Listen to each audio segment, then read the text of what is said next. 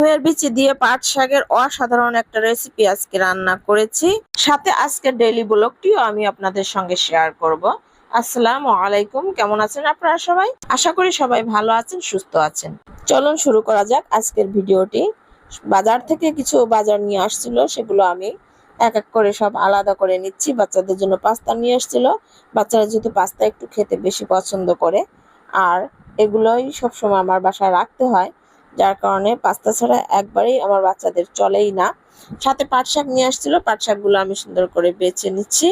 আর এদিক দিয়ে আমি দুপুরের দিকে আমার ছেলে আলভির জন্য একটু ঘন করে ডাল রান্না করেছিলাম। ছাদ থেকে ধনিয়া পাতা নিয়ে ডালের ভিতর দিয়েছি, খুব মজা হয়েছিল ডালটা। আর ওই ডাল রান্না হলে আর ওর কিছুই লাগে না। সাথে একটু পটল ভাজি করে নিয়েছিলাম। আর যে কোনো ভাজি, পটল ভাজি হোক, ডিম ভাজি হোক, ভাজি ভর্তা দিয়ে আমি খুব সুন্দর করে ভাতটা খেয়ে নিতে পারি। অন্য কোনো